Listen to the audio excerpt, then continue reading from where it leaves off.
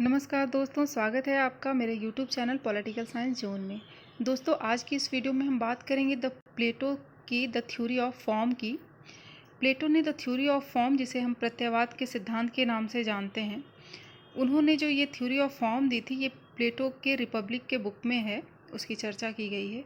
और इन्होंने theory of form को बहुत ही सुंदर थॉट ऑफ एक्सप्लेनेशन के माध्यम से समझाया है। और इसी थॉट ऑफ एक्सपेरिमेंट को हम the allegory of the cave में समझते हैं। एलिगरी ऑफ द केव कहा भी जाता है। तो चलिए स्टार्ट करते हैं। द थ्योरी ऑफ फॉर्म क्या है, उसे समझने की कोशिश करते हैं, क्योंकि काफ़ी सारे कन्फ्यूज़न बने हुए हैं इस थ्योरी ऑफ फॉर्म को लेकर। क्योंकि अलग अलग वीडियो आते हैं। द थ्योरी ऑफ फॉर्म के अगर अलग वीडियो देख लीजिए, द डिवाइडेड लाइन के अलग वीडियो देख लीजिए, and allegory of the cave भी, तो ये अलग अलग वीडियो के माध्यम से इनकी जो कनेक्टिविटी है ये समझना मुश्किल हो जाता है। जबकि ये तीनों ही एक ही फॉर्म है, एक ही बात, इन तीनों का एक ही बात है, इन तीनों में एक ही बात की गई है।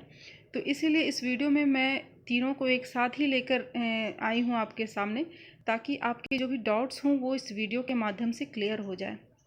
दोस्तों, अगर आपको मेरा वीडियो पसंद आता है तो प्लीज़ लाइक करें, सब्सक्राइब करें एंड प्रेस करें इस बेल आइकन को, ताकि आपको न्यू नोटिफिकेशन मिलती रहे।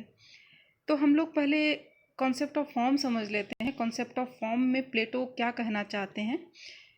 फॉर्म है प्रत्ययवाद। कॉन्सेप्ट ऑफ फॉर्म में क्या है? प्रत्ययवाद है। प्रत्ययवाद को कहते हैं इंग्लिश में आइडियलिज्म। प्लेटो कहते हैं कि प्रत्ययवाद एक विचार है।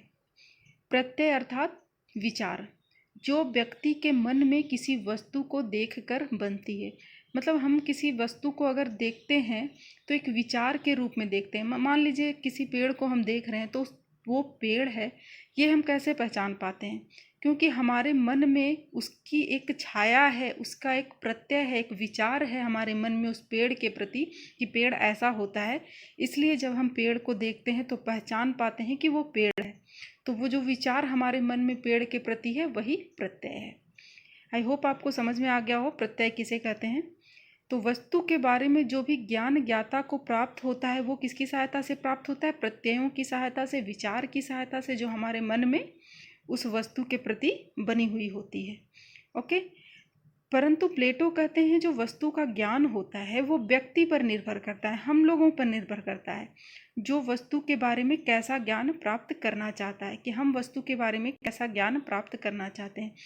क्योंकि भगवान ने जो नेचुरल चीज़ें बनाई है वो वैसी ही है, लेकिन हम उसके बारे में कैसा ज्ञान प्राप्त करना चाहते हैं वो हम पे निर्भर करता है। अब प्लेटो ने जो कॉन्सेप्ट ऑफ फॉर्म दिया है, इस प्रत्ययवाद को दिया है, इसको डिटेल में समझने के लिए उन्हें उनके गुफा के सिद्धांत को देखना पड़ेगा, तभी हम इसके डिटेल को समझ पाएंगे। तो देखिए, गुफा के सिद्धांत में प्लेटो क्या बताने की कोशिश करते हैं। आपके सामने एक चित्र दिया हुआ है जिसमें एक कुछ लोग बंधे हुए दिखाई दे रहे होंगे आप लोगों को।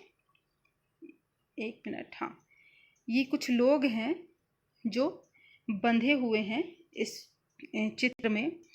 ये बड़ी सी गुफा है और इसमें कुछ लोग जो हैं, ये जो लोग हैं ये बंधे हुए हैं, और इन व्यक्तियों को इस प्रकार बांधा गया है कि वे केवल अपने आगे देख सकते हैं, ना अपने लेफ्ट देख सकते हैं, ना राइट देख सकते हैं, ना ऊपर देख सकते हैं, और ना ही अपने पीछे देख सकते हैं। ये कहाँ देख रहे हैं?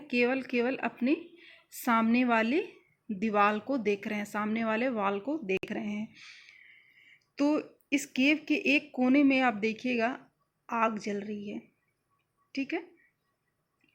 तो और इस जो दीवार है और ये जो आग जल रही है उसके बीच में एक रास्ता गया हुआ है, जिस रास्ते में कुछ लोग हैं, कुछ व्यक्ति हैं जो कुछ डमी को लेकर, ये जो डमी है, इन डमी को लेकर बीच बीच में पार हो रहे हैं। और जो इनके पीछे जो आग जल रही है, ये जो आग जल रही है, इसकी वजह से इस डमी का जो शैडो है ये कहाँ बन रहा है? इस वॉल पे बन रहा है, जहाँ पे ये बंधे हुए लोग देख रहे हैं।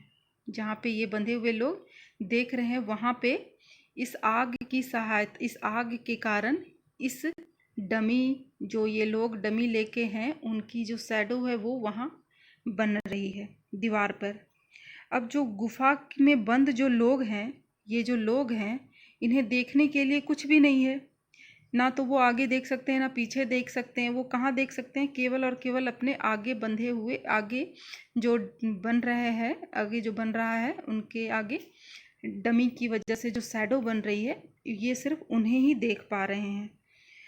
तो जो वो देखते हैं उन्हें वही रियल लगती है, क्योंकि और देखने को कुछ है नहीं। वो जो देखेंगे वो उसे ही रियल मानने लगते हैं, उसे ही सच मान लेते हैं।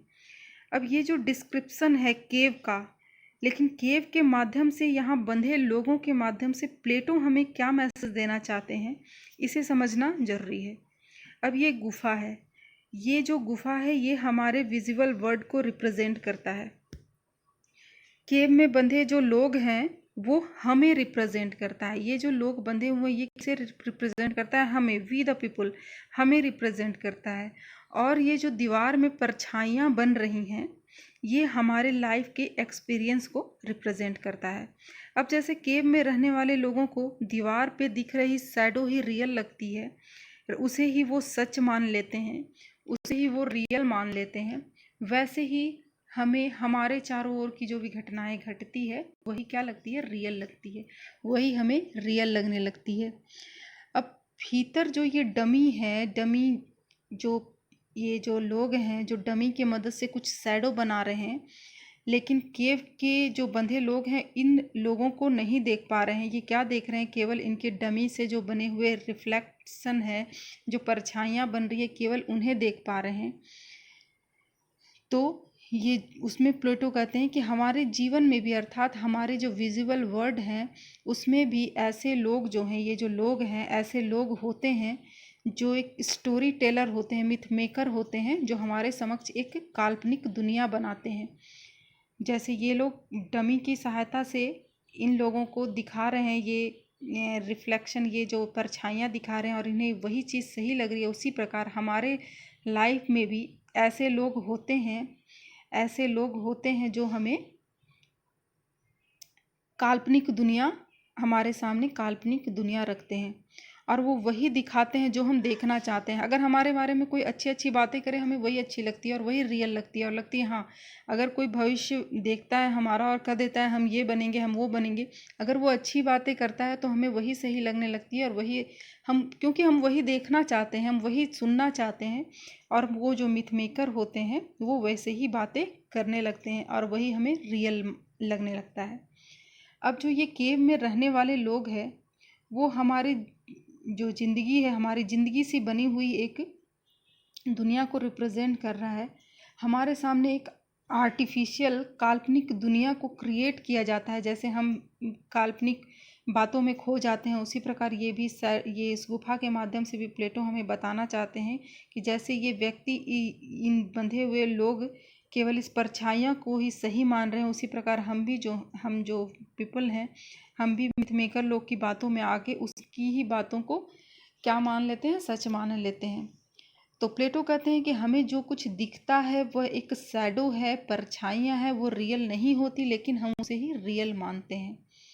अब होता है कि ये शैडो आखिर है क्या जो हमें दिखता है? तो प्लेटो कहते हैं कि अगर आपको यह जानना है कि ये शैडो क्या है, अगर इन लोगों को जानना है, ये जो बंधे लोग हैं इन्हें जानना है कि इस शैडो की रियलिटी क्या है, ये शैडो एक्चुअल में है क्या, तो उसे क्या करना होगा?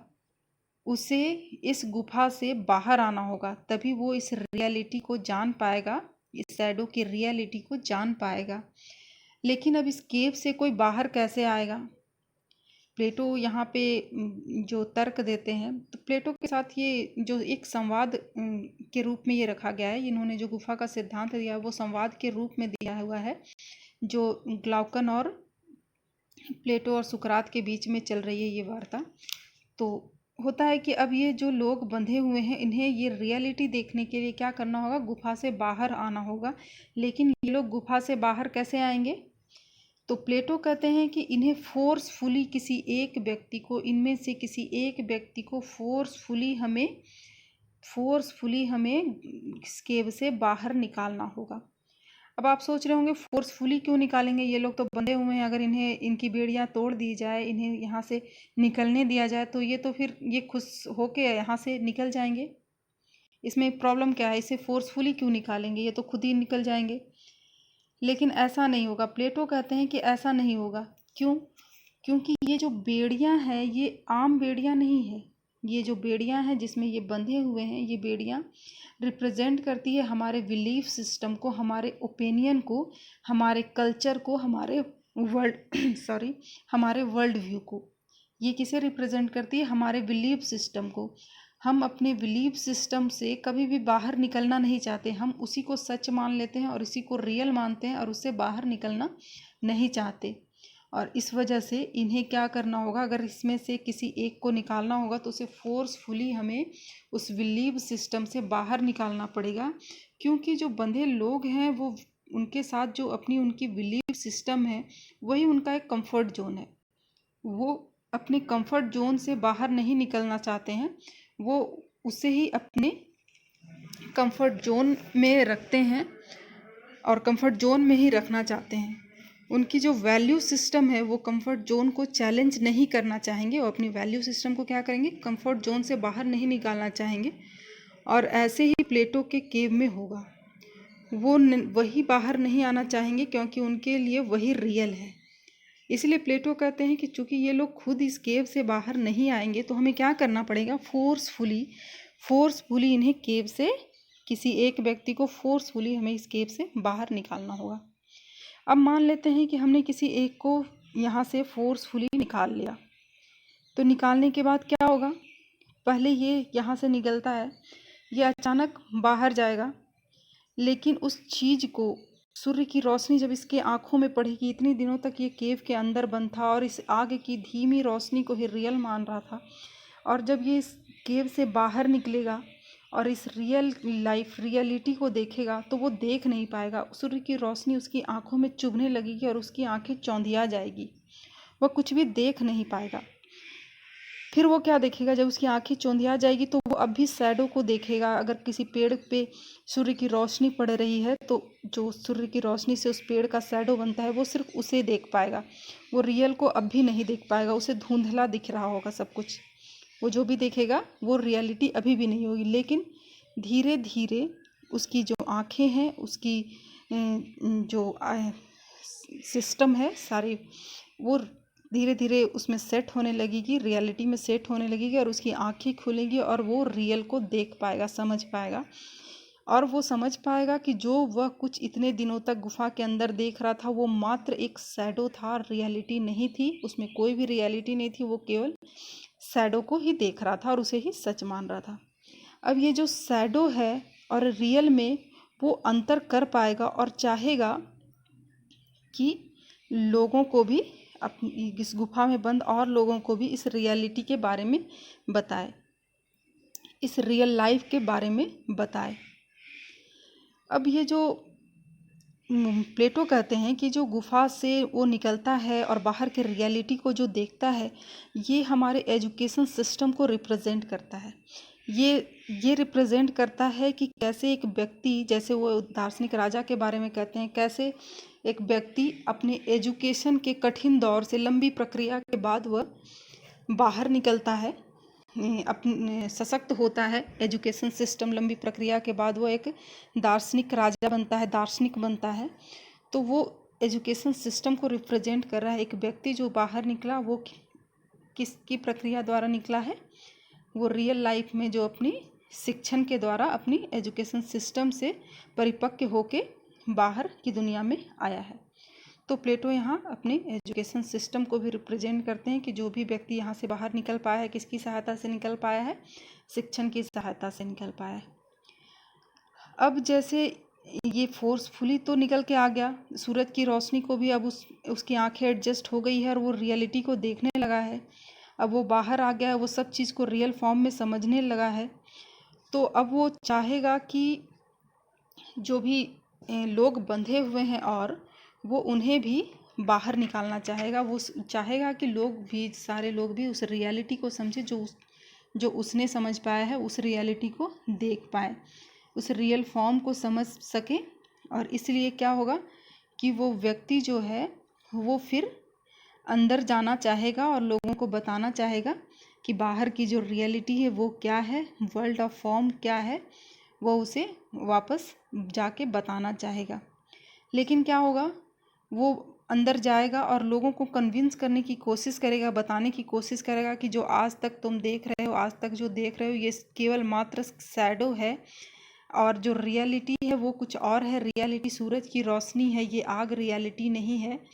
वो लोगों को, ये जो फिलोसोफर है वो लोगों को बताने की कोशिश करेगा कि ये शैडो है, रियलिटी तो सूर्य है। लेकिन लोग इसकी बातों में नहीं आएंगे, लोग इसकी बातों को नहीं मानेंगे, क्योंकि ये जो बंधे लोग हैं अभी भी अपने बिलीफ सिस्टम को नहीं छोड़ना चाहेंगे, अपने कंफर्ट जोन से बाहर नहीं आना चाहेंगे। इसलिए पहले लोग क्या करेंगे, ये जो फिलोसोफर है, ये जो बाहर फिलोसोफर होके फिलोसोफर बन के बाहर गया है, अपने शिक्षण के माध्यम से फिलोसोफर बन चुका है, इसकी बातों को नहीं मानेंगे और इसकी बातों को इग्नोर करना स्टार्ट करेंगे, इग्नोर करेंगे। लेकिन जब ये फिलोसोफर अपनी बातों से लगातार प्रयास करता रहेगा इन लोगों को कन्विंस करने के लिए कि जो तुम देख रहे हो वो शैडो, अगर वो बार बार कन्विंस करेगा तो फिर क्या होगा, ये जो लोग हैं ये इस फिलोसोफर की हत्या कर देंगे। प्लेटो यहाँ रुकते हैं और बताते हैं कि ये जो फिलोसोफर है एक तरह से सुकरात है। जैसे कि सुकरात की बातों को लोगों ने नहीं माना, उनके फिलॉसफी को लोग वहाँ की जनता नहीं मानी और उन्हें मृत्युदंड दे दिया गया। उसी प्रकार ये जो व्यक्ति फिलॉसफर है, जो बाहर की दुनिया के बारे में इन लोगों को बताना चाहता है, रियलिटी को समझाना चाहता है, ये लोग समझेंगे नहीं और क्या करेंगे, फिलॉसफर को मार देंगे। तो जो प्लेटो है वो बताते हैं, प्लेटो का यहाँ विचार बदल जाता है। वो बोलते हैं ये जो केव थ्योरी से जो ये निकलता है और एक फिलॉसफर बनता है और जब ये लौटता है और लोगों को कन्विंस करने की कोशिश करता है एज ए फिलॉसफर, तो इसकी हत्या कर दी जाती है। लेकिन प्लेटो क्या चाहते हैं कि ये जो व्यक्ति फिलॉसफर के रूप में निकला है ये केवल फिलॉसफर नहीं होकर फिलॉसफर किंग होगा। जब यहाँ ये पहुँचेगा तो ये क्या बन जाएगा, फिलॉसफर किंग बन जाएगा। और जब ये वापस आएगा तो एज ए फिलॉसफर नहीं, फिलॉसफर किंग के रूप में अंदर जाएगा और लोगों को कन्विंस नहीं करेगा, लोगों को फोर्सफुली, लोगों को ऑर्डर दे के ये इन लोगों को गुफा से बाहर निकालेगा। क्योंकि अगर लोगों को समझा के बाहर निकाला जाता है और फिलॉसफी सिर्फ एक सामान्य नागरिकों की तरह, तो वो क्या कर देते हैं, इनकी हत्या करवा देते हैं। इसीलिए प्लेटो कहते हैं कि ये जो व्यक्ति है वो एक फिलॉसफर किंग की तरह जाएगा और लोगों को ऑर्डर देके लोगों को फोर्सफुली इस गुफा से बाहर निकालेगा। तो प्लेटो इस गुफा के माध्यम से यही बताना चाहते हैं कि किस तरह से जो ये फिलॉसफर किंग है, एक फिलॉसफर की सहायता, फिलॉसफर के रूप में नहीं, फिलॉसफर किंग की तरह से अंदर जाएगा और इस लोगों को अब उसके मिथ मेकर के बारे में बताएगा और बताएगा कि किस प्रकार ये जो आज तक देख रहे हैं वो रियलिटी नहीं है, एकमात्र परछाई है। और इन लोगों को रियलिटी से परिचय कराएगा और बाहर निकालने की कोशिश करेगा। तो जो प्लेटो का सिद्धांत है, गुफा का सिद्धांत यही है। इस प्रकार ही उन्होंने प्रत्यय को समझाने की कोशिश की है, जो विचार समझाने की कोशिश की है कि जो लोगों के मन में जो विचार बनता है वो उन पे डिपेंड करता है कि वो क्या देखना चाहते हैं, वो रियलिटी देखना चाहते हैं या ये वो अभी ये मिथ मेकर की परछाइयाँ, मिथ मेकर के बनाई हुई दुनिया में रहना चाहते हैं। ये लोगों पे निर्भर करता है, ये हम लोगों पे निर्भर करता है कि हम इस जो पेनफुल प्रोसेस है, शिक्षा की जो पेनफुल प्रोसेस है, उससे निकल के बाहर जाएं, रियलिटी देखें, या फिर अपने कंफर्ट जोन में ही रह के केवल वही देखें जो हमें मिथ मेकर अपने शैडो, अपने जो काल्पनिक बातें हैं वो बता रहे हैं, वो हम उसे ही सच माने। तो प्लेटो की थ्योरी है, केव थ्योरी, वो यही है। आई होप आप लोगों को समझ में आया होगा। अब जो ये डिवाइडेड लाइन है, प्लेटो की जो डिवाइडेड लाइन है वो इसी जो केव को की जो पोजीशन है उसे ही शो करती है। देखिए जैसे यहाँ पे एक है ABCD करके, सॉरी, ये पोजीशन जो है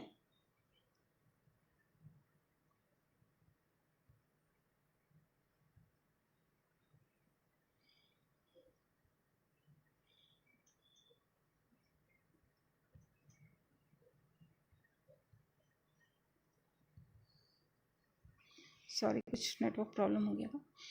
हाँ, तो ये जो पोजीशन है, तो ये जो फर्स्ट पोजीशन है ये केव के उस पोजीशन, ये जो 4 लाइन बनाई हुई है, 1 ये ABCDE करके बनाई हुई है, उनकी पोजीशन यहाँ पे लिखा हुआ नहीं है। तो इसमें केव के पोजीशन को बताया गया है। केव पोजीशन 1 में क्या है, लोग जो बंधे हुए हैं उसको बताने की कोशिश किया गया है कि वो लोग बंधे हुए हैं। ये केव का फर्स्ट पोजीशन है।